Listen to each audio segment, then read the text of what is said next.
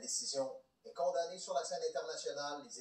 Les États-Unis annoncent des sanctions économiques contre les régions séparatistes et l'Union européenne a l'intention d'en faire autant. Sur le terrain maintenant, la peur est de plus en plus palpable. Des milliers d'Ukrainiens fuient l'est du pays par crainte d'une nouvelle intervention militaire russe. Notre envoyé spécial en Ukraine, Marie-Ève Bédard. C'est à pied qu'ils doivent faire les derniers 800 mètres qui les séparent de l'Ukraine, celle toujours sous le contrôle du gouvernement. Ils habitent Lugansk, Kirovsky, Alchievsk, des villes de la République autoproclamée de Lugansk. Ils sont venus ici pour y rester quelques heures avant que la Russie ne reconnaisse la République officiellement. Nous sommes des patriotes, alors nous venons en Ukraine, dit Dina. Marina, elle, s'inquiète pour son frère resté derrière. Il sera forcé à se battre pour les rebelles indépendantistes, elle en est convaincue. Ils envoient des lettres. Il ne l'a pas reçu encore, mais de toute façon, ils les prennent dans la rue, dit-elle, tous les hommes. Tous, sauf les vieux.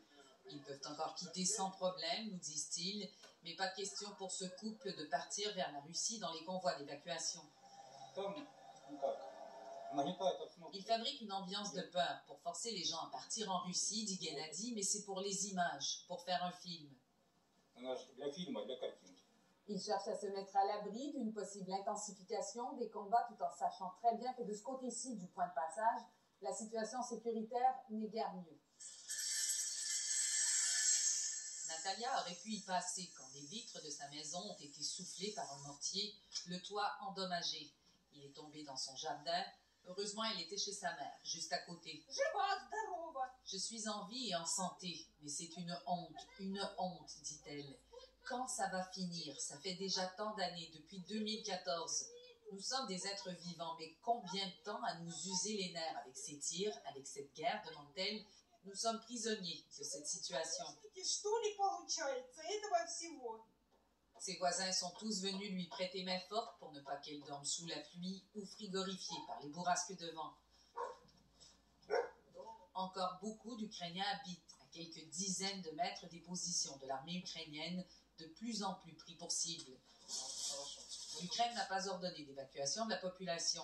C'est le cas ici, tout près de ce poste d'observation de l'armée.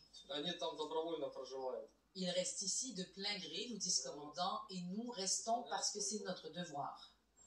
De plein gré pour certains, peut-être, mais il y a une sorte de fatalité imposée dans la vie des habitants des villes qui longent la ligne de front. La ville de Chastia a été réveillée au son d'une pluie de tirs de mortier et d'artillerie dès 6 heures ce matin. En fin de journée, il n'y avait toujours pas de signe d'accalmie. Le bruit sourd des détonations était constant. 3 obus sont tombés dans la station-service où travaille Ruslan, mais il ne va nulle part. Je dois rester ici, dit-il, on ne peut pas laisser la station. Peut-être que notre patron nous dira autrement, mais en attendant, on reste là et on a peur.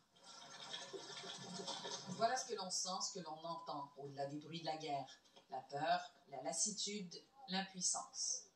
Ici Marie-Ève Bédard, Radio-Canada, Stanitia, Lugansk.